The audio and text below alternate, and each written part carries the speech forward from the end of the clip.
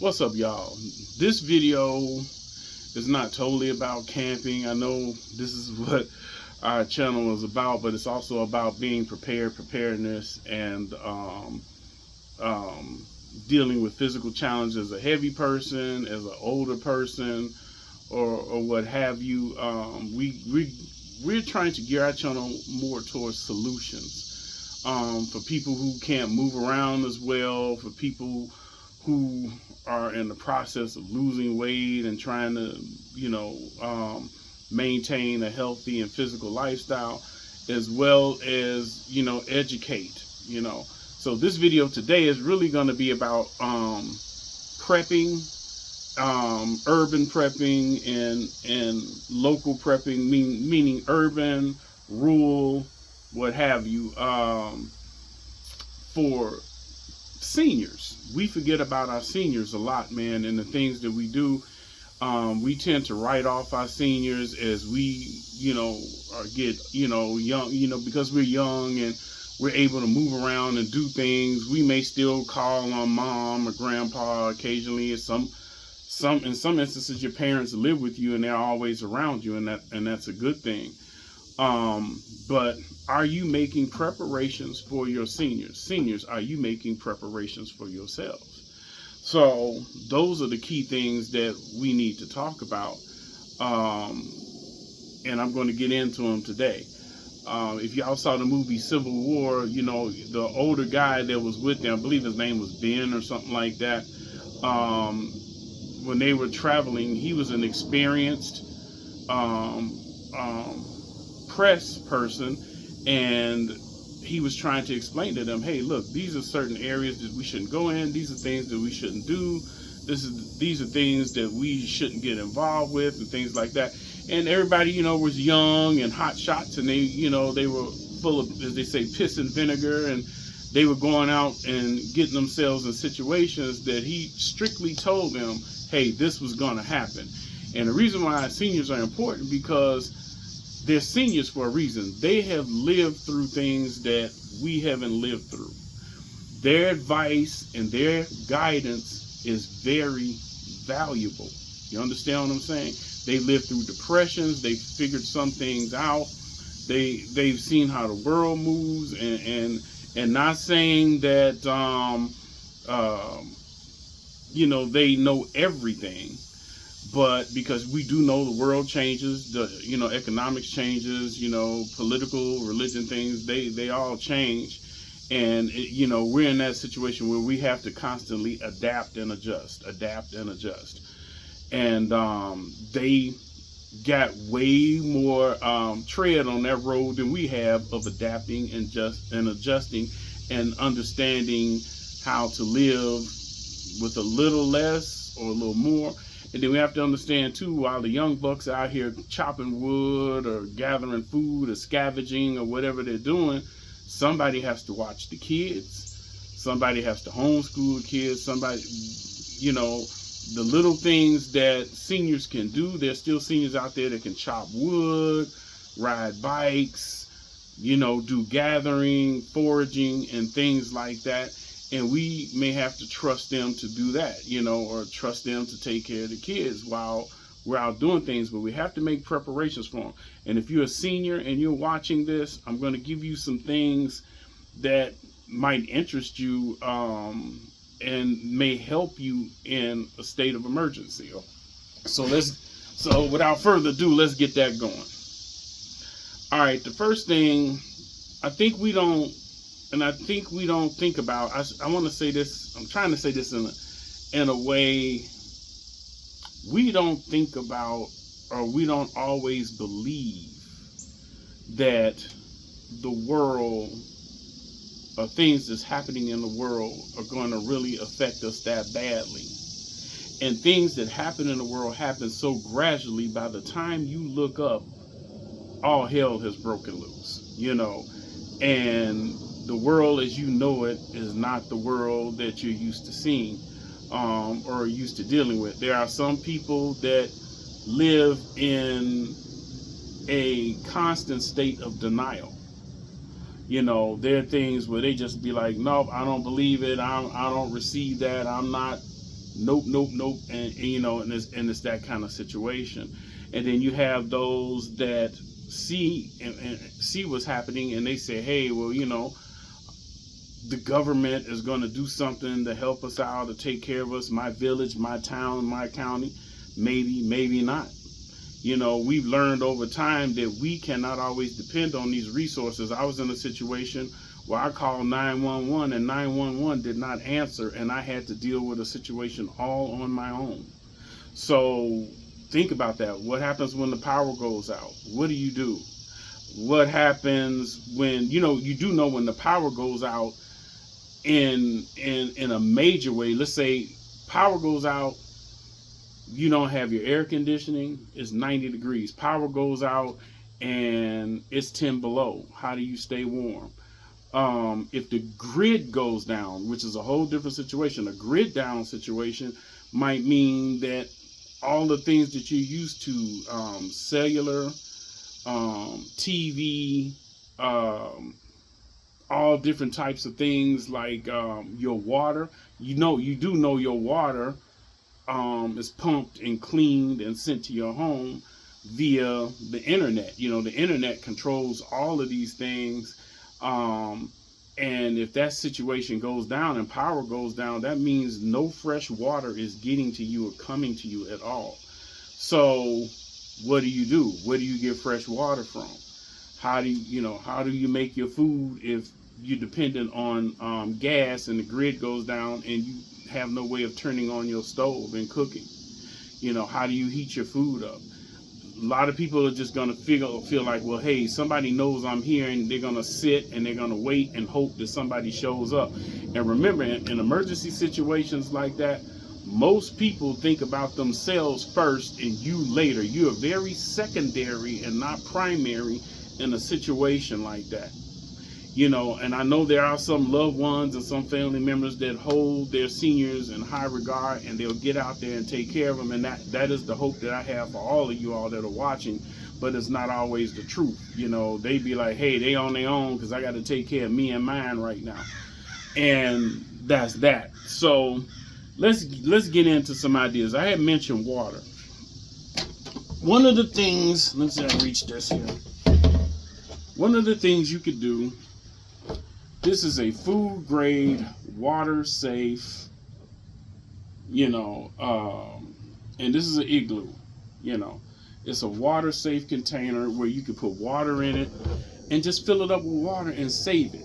That's all you got to do. While you're in a safe situation and you have things going on right now that keeps you safe, just go to the tub, go to your spigot outside, your sink, and fill this up with water. You can buy these at Walmart. Okay, these are about $19 to $24 at Walmart. You could buy you 5 to 6 of these. This one is a 22 liter, 24 quart, which means we're around about 22, so about 6 gallons. This will hold 6 gallons of water. They have some that hold 10 gallons of water. But if you buy these empty and you fill them up and you store them somewhere cool in your home, in a closet, in a basement, in a bedroom, and you have 3 or 4 of these, because remember, a human being needs about a gallon to 2 gallons of water a day. And you got to think, that's water to cook with, that's water to drink, and that is water to clean your body with. People forget about that. You got to wash yourself, you got to cook, and you have to drink. So that's why you need as many of these as you could get. They also sell, and I like these ideas where they sell these what they call tub bladders. I don't have one to show you, but it's a bladder. You can find them on Amazon, and they're called water bladders for tubs. And what you do is you put that bladder in the tub, and you fill that whole bladder up in the tub full of water. Now, you won't be able to bathe, but you'll have maybe, 50, 100 gallons of water. You know what I'm saying? To help take care of yourself. And you can just go there and get your water. You're not drinking water out of the tub. It's an actual bladder that you fill up and it fills itself up with water and you cap it off. And as you need water, you go into the tub area and you push on that bladder and you get water out of it to take care of yourself. So that's just one idea. But water is real important. And you can also stock up on bottled water. Stock up on bottled water. Get you, every time you go shopping or somebody goes shopping for you, have them bring you a case of water or a few jugs of water, and you store them for a just in case scenario. That way, remember, you have enough to drink, and that's per person. So it's 1 or 2 gallons per person in a household. So if it's you and a significant other, if it's you and some children, you have to have enough water per day. So let's average that out to 2 gallons of water a day for each person that's in your household. If you're by yourself, then you just total it up that way. So just keep that in mind. Another thing that comes in handy, let's say you don't have gas right now. Now there are some electric stoves that you can, if you don't have, you may not have the igniter, and let's say there's still gas coming through, you're able to just strike a match and light it if the gas is still pumping. If it's a grid down situation and there's no gas being pumped to your home, there's no electricity being pumped to your home, how do you eat? Well, you can get a lot of cook stoves, or you can get, remember the electric stoves. You can get electric stoves that you can plug in, and we're going to get into that. Another thing is, having a butane stove, like the old days when you hook up the little butane tank or something of that nature, and you heat your food that way. I don't have one on display. I have one, I just didn't bring it. But that is one way to do it. Have some way of heating up. If you charcoal and a grill. Just charcoal and a grill. Stock up on a couple of bags of charcoal. Get you a small, cheap grill. Grills, you can find grills now between $19, $24, $30, $35, $50, whatever you want. And just keep one. So if something goes down, you could dump some charcoal, light your charcoal, and start boiling your water or start cooking your food. How do you keep your food cool? That is going to be challenging for a lot of people. If the grid goes down, or I should say, if you lose power, you're hoping the power will come back up within 24 to 48 hours or in a few hours. Some people, it's 72 hours. There have been times when people have been without power for months, and their food has spoiled, everything has went bad, and that brings me to the next thing. Canned goods. Get canned goods that have a good expiration date, meaning that they have a longevity. So let's say if you see something and you're buying it in 2024 and it doesn't expire until late 2025 or 2026, and then you do know that a lot of the canned goods last 6 months, sometimes years after their expiration date. I encourage you, and I've seen seniors do this, I encourage you all, if you start seeing those cans swelling up, or if they're dent or damaged, do not eat from those cans. If those cans are dent or have some kind of imperfection in them, don't buy them, don't use them, because they're going to cause a problem. They're going to get you sick. If the cans are starting to swell up, then that's something you cannot eat. And I have been back in the day in senior homes and places like that, and you look on their shelves and cans are swelling or they're damaged, and you're like, no, you can't eat this. And so just remember, if you're going to get canned goods, get them and check the expiration dates on them and see how far out you can get them so they'll last long for you. But on the average, if you get them right, you can have canned goods last you 2 years, at the most, and they're a good source. Hey, sometimes if you don't have no way to heat them up, you eat them out of a can. If you have candles or anything like that. Some people are afraid to have candles and things in their home. If you do decide to heat up something with candles or something like that, make sure you have a safe place to do it. Hey, do it in your kitchen on the actual stove, or clear off a table and do it there. And you can heat up your canned food that way. Peel the labels off and just heat up the food in the can. You can do that. Another option that I prefer, canned goods are good. They're heavy. They're good. I mean, and most people are familiar with, hey, have a good can opener, open them up. I like what we call the dry rations. Dry rations are very lightweight. We store ours in a container like this. And you can get these, you can order these online, or you could go to like sports stores, or even Wally World that we call Walmart, Wally World. And I know Walmart carries a brand called Mountain House. Okay, and this is 2 servings. This is 2 servings of food. So this will feed you twice, or feed you and somebody else.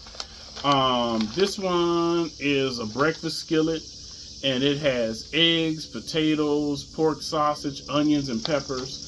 And it's about 260 calories per serving, and per container it's 520. And all you have to do with these is you tear along the top here, and there's an area where you can reseal this, okay? But you tear along the top here, you boil your water. Remember, this is why water is important. You boil your water. When your water comes to a boil, you pour it into this packet. You take a spoon, you stir it up, you reseal the packet and kind of let it simmer. And you can mush it around, or do this or that, or shake it, or whatever you want to do. And within 5, maybe 10 minutes, you're ready to eat. All you got to do at this point is open up the pack, eat from the pack, serve it out on a plate, and there you go. And you see, it's light. It's not a canned good. It's light. And you can store a lot more of these in an area than you can cans, because, hey, you know what I mean? Saving space and time is real important. And this is just another brand that we found.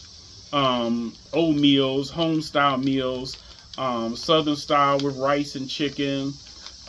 Same principle applies,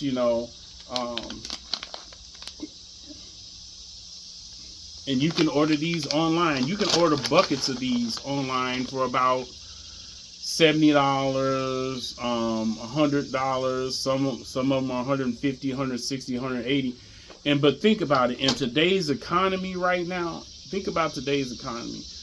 When my wife and I go grocery shopping, we average on groceries just for us two about between $200 and $400. When the economy was halfway decent, we were able to shop at around $150 to $200. $250 was like a big splurge. Now $500 is a big splurge. So if you get $100 worth of these meals, or even $200 worth of these meals, and each meal feeds you feeds two or three people, then it's still worth it. You know what I mean? Just for you to have something to survive off of. The hope is whatever happens won't go past 3 months, or the hope is that it doesn't go past so many days or weeks. You can only prepare based off of what you can afford, understand, and what you have access to. But these things you can absolutely get and have access to. They're not hard to get, and you need to get them right now while you can, because these things, believe it or not, these things are leaving the shelves. People are snatching them because they're waking up to the idea of like, whoa. And then we're getting into, at the time you're watching this video, this is September, we're getting into camping season, and typically people are camping September, October, November, December. Some people winter camp, and they buy these up for food so they don't have to carry a lot of food in their coolers to keep cold, because they know it's going to be an issue holding on to ice, right? So you think about things like that. And that's another thing. If you guys are on insulin or any medication that has to stay cool, always have a backup plan to keep your medicine cold. Whether that is getting a bunch of ice packs and keeping them in the freezer until an emergency happens, and then you can, put your medicine in there. Another way, if you have ice bags and you just want to keep a few ice bags, and a lot of people have coolers and deep freezers in their home, in their garages, in their basements, and if you can find a way to keep some of your ice bags in there until you absolutely need them, then that might be an idea. Another solution, and let me move this to the side here. We were talking about power, and what if power goes out? Because you can get coolers. You can get coolers that you can hook up to power banks, generators, and power supplies that work just like refrigerators, that will keep, food cold for you. And if you need to put your medicine in there, absolutely, it's worth the investment. They're running anywhere from, those type of coolers are running anywhere from $100 to, the list could go on of numbers. It can go anywhere from $100 to $500. And I know I know these things sound a little expensive, but in the state of an emergency, if you can find you the money to get you something for $100, or you get your family to invest in a cooler for you that will work for you and help keep your medicine cool, that might be a way to do it. Do not always depend on emergency services to help you, because they may be busy helping other people and they may not get to you in time. We get so dependent on the system, the old system of, I'll just call the police, or I'll just call the fire department. What if your phone is not working? You can't call anybody. You can't call a relative. You can't call a friend. And your hope is that your family members will remember that, I need to go check on grandma or grandpa or uncle or auntie or whatever the case may be. So that is the hope if all communications go down. I know a lot of you all are familiar with wind-up radios and emergency radios. They are good to have. They still sell them. You can get them from Harbor Freight. You can get them from Walmart. And all you have to do, if you don't know, just say, hey, I need an emergency wind-up radio, or I need an emergency radio. You can get them on Amazon. You can order one off of Amazon for a few dollars, $15, $20, $60, depending on, just to keep you in the loop of what's going on in your area. If you need to evacuate, if you need to figure out a way to shelter, if a storm is coming, there's so many things that could be happening in a grid down, a power down situation, and you're not getting any information and any help, because you may not have a lifeline to the outside world. Always think about, what if my phone is not working? What if the battery dies on my phone and I have no way to recharge it? And I got a savior for that too. These are mini power banks. And they all come in different milliamps and hertz and all of that kind of voltage rated scenarios. And the reason why I'm stammering over that is because I'm trying not to make this a technical video, just a basic video. So let's just deal with the basic parts of it.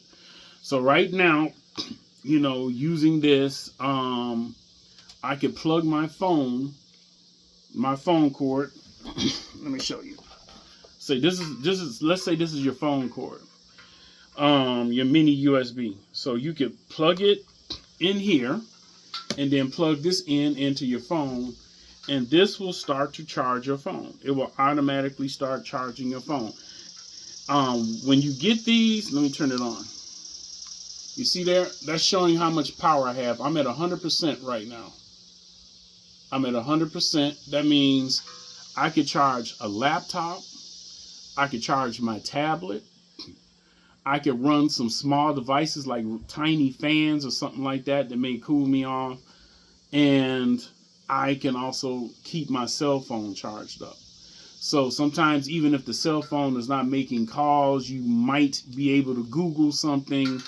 You might have, some information on there that you saved on there that can help you. And that's another thing you want to do. Any emergency numbers, and I know my old schoolers know this, get you a phone book and go back to basics and go back to writing down phone numbers and addresses and all of those types of things. And in that book also, put down any emergency issues that you may have for yourself, any health issues, anything. So if somebody finds you and when you get those books, just put on those books, read this, or, put a little yellow label or label on it and just have it somewhere where if something happens to you, you pass out in the home or somebody comes in and they see that book and it says, read this, they'll open it up. They'll know who your emergency contacts are. They'll know if you're diabetic, if you have hypertension, if you have heart problems, where they can find the medication you want to put in there. Hey, my medication is in the cooler on the back porch. My heart medication is by my nightstand in the bedroom and the bathroom. My insulin is here. Whatever. You want to have some way for people to know how to help you. You understand what I'm saying? You have to have some way for people to know how to help you. If they happen to come in and they say, well, hey, I haven't heard from Miss Jenkins or Miss Ann or Miss So-and-so. Oh my God, we forgot to check on them. And then they go and they find you laid out on the floor and you are revivable. This gives them a means to know how to help you. You know what I mean? So you want to have that. Another thing, remember, I showed you the mini bank. This is the mini bank, right? This is the small one. Because people get, when people hear the term power banks, they get them confused because they have big power banks and they have small power banks. This is a small handheld power bank. This is a small handheld power bank. These can run anywhere from $19. Some of them are $12. But I would urge you to get anything $19 and above because they're going to have a little bit more or a lot more power than some of the cheaper ones. They're going to be a lot more reliable and they're going to last longer. So, of course, the more you spend on certain things, the better they are.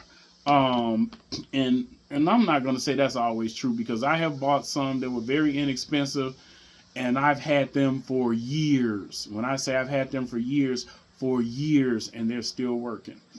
All right. So, moving on. This is a big power bank. This is actually a solar generator. Okay, this is a solar generator. Let me see if I can pop her on. All right, and can you see this? And this is made by EcoFlow.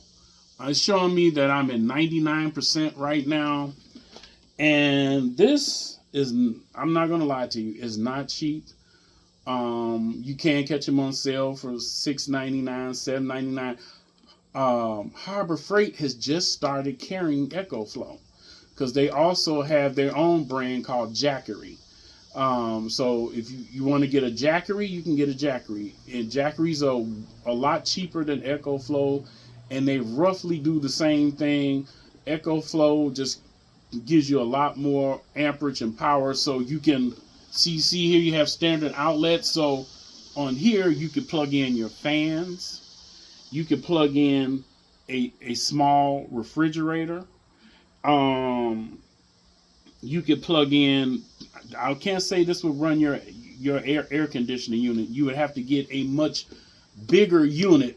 EcoFlow sells much bigger units that will run your freezers and big refrigerators and stoves and things like that if need be. You understand what I'm saying? But it has the USB inputs here on the front.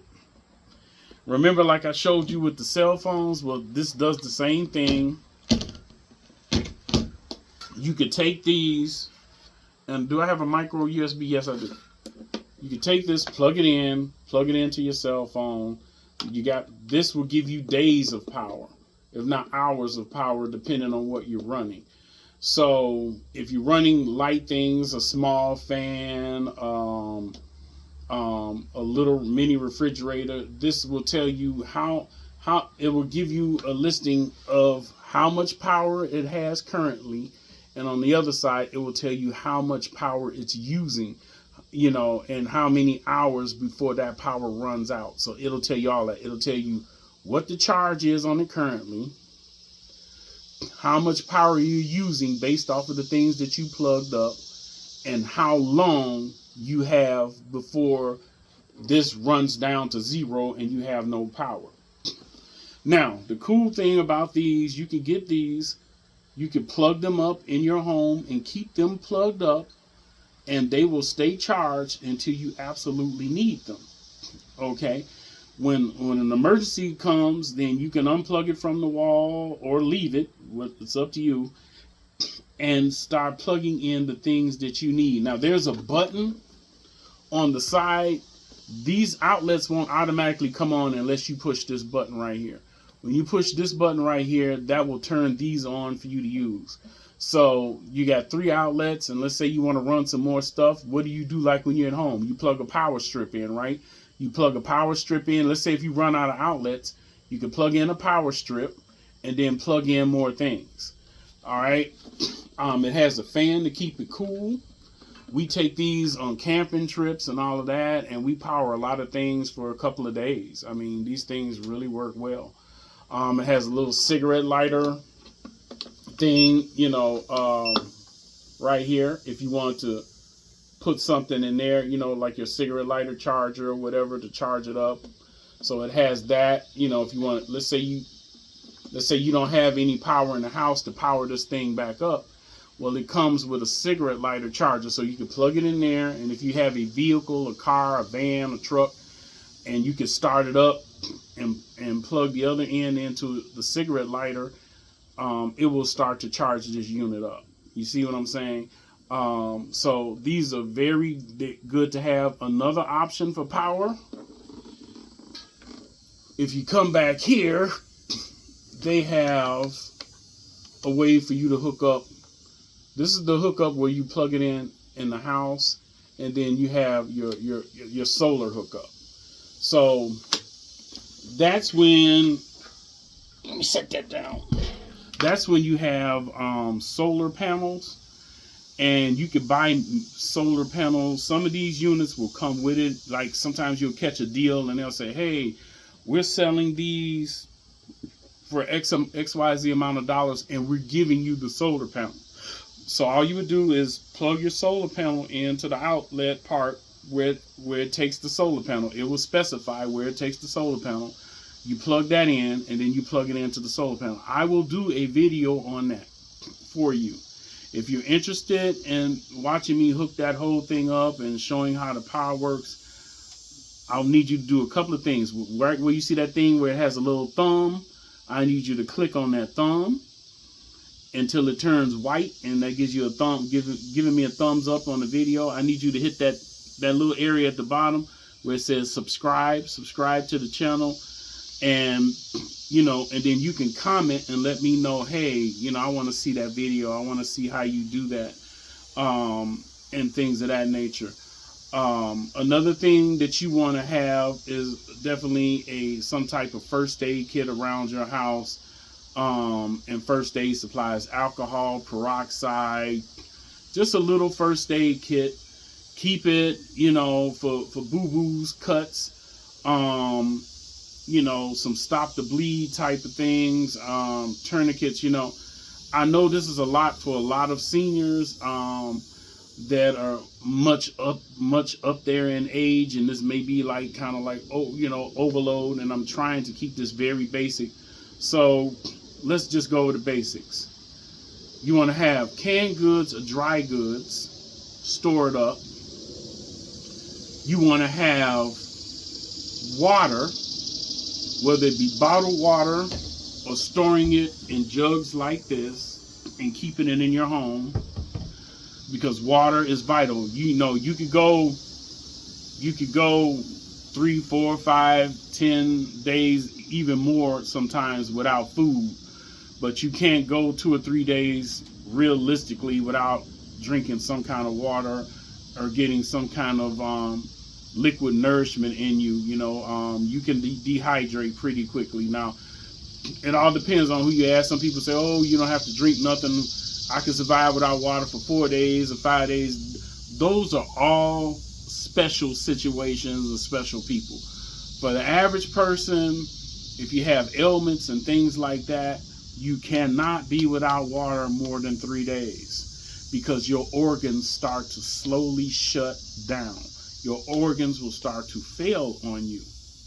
So keep that in mind. Keep water. So let's go back.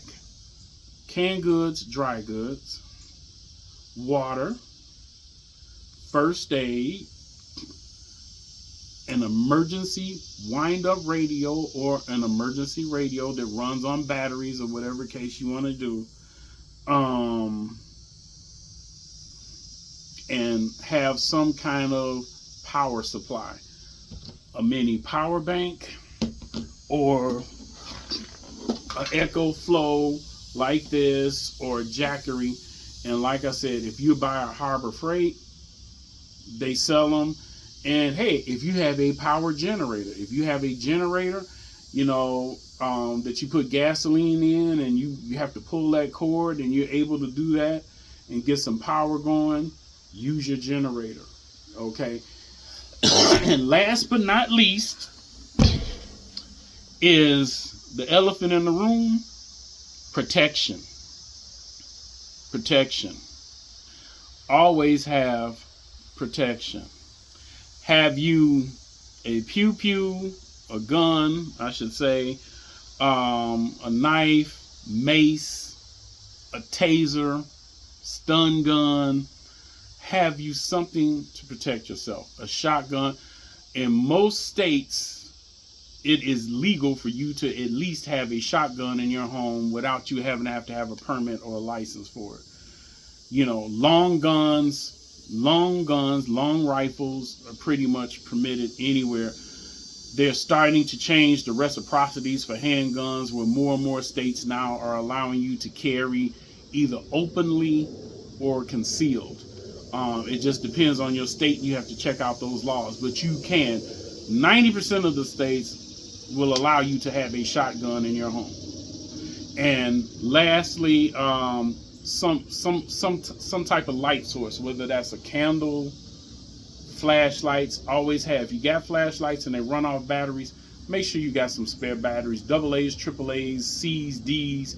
When I was coming up with my grandma, she had all of that. She had flashlight. She had a flashlight in every room.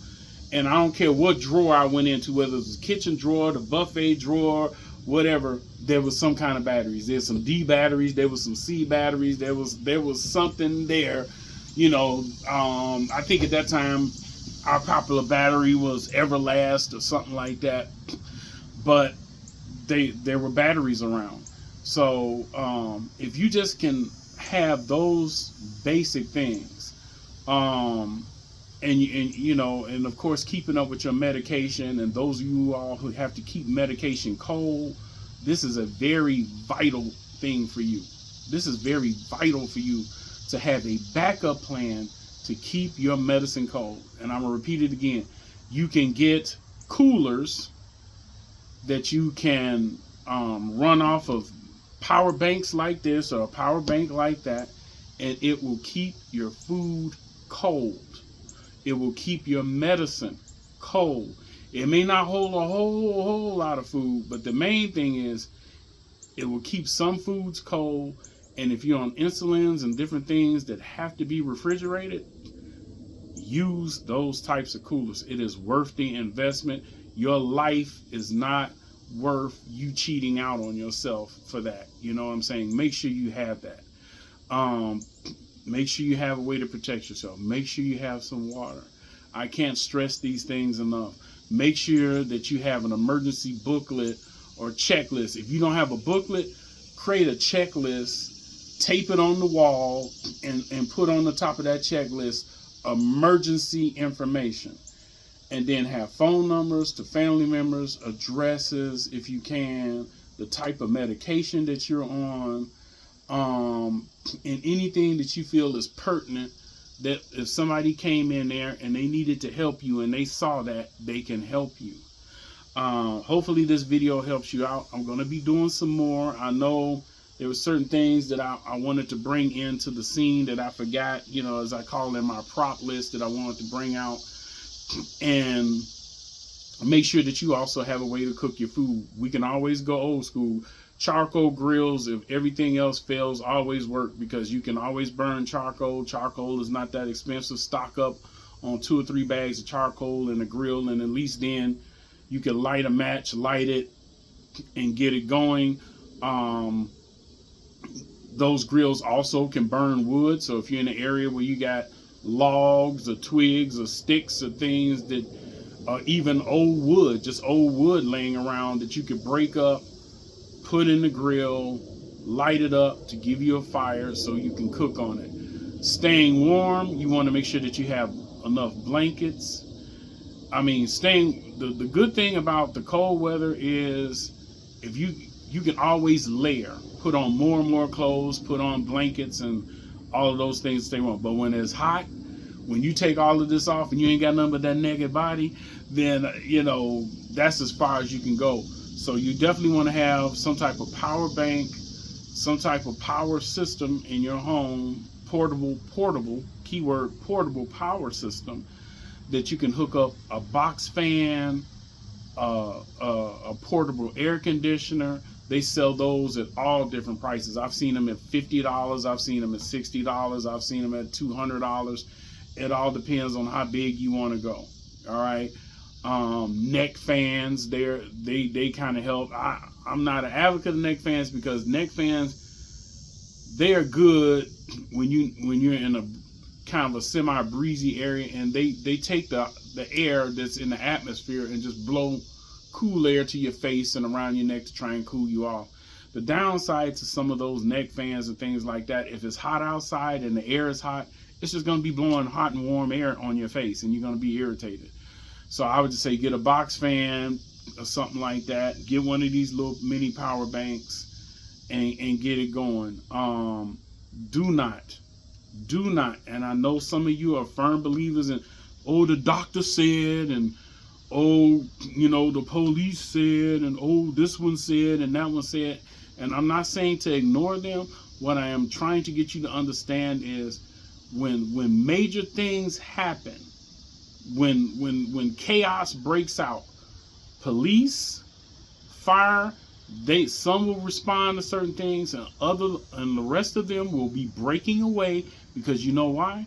They got families at home, they got children, they got wives, they got grandparents and parents that they need to take care of. And as things progress, you will become less and less of a priority. Let me say it again. You will become less and less of a priority. So who is left to take care of you but you? Do not depend on city services and government all the time to save you, because sometimes they can't get to you. They may be hours before they can get to you. It may be days before they can get to you, or they may not get to you at all. That is just the reality of our world. And as long as you have some things in place to sustain you for 3 weeks, 3 months, a month, or whatever that is, for somebody to come along and save you or rescue you, or power comes back up, or whatever the case may be, at least you'll have those things in place and you made it. Stay active, stay moving, exercise, stretch. If you're not doing nothing but just sitting in your chair, you know, doing this, you know, get your heart rate up. You know, if you can move your legs, you know, start moving your legs in your chair. You know, do that. Walk around the park. Walk around the park. Walk around your yard, your backyard, you know. Ride a bike if you can still ride a bike. Get a stationary bike. You know, get your little weights, work out, you know, keep your strength up. And, you know, have something to entertain yourself with: games, books, your Bible, card games, you know. And don't say, ooh, I'm gonna just have to rest on the Lord and hope that the Lord take care of me. The Lord takes care of those who take care of themselves.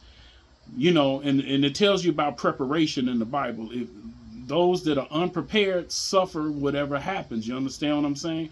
So God still wants you to be prepared and get out there and get busy and be proactive in taking care of you and your family, or you and your significant other, or whatever the case may be. So hopefully this helps out, and I'm gonna catch y'all on the next one. Hey, this is Big and All Outdoors. I'm Big. That's the Outdoors That Way. And I'm going to be bringing more stuff to you, man. So please like, subscribe, and follow. Remember what I said? Hit that thumbs up for me, that little thumb at the bottom, and give me that subscribe. And y'all be blessed and you be safe out there.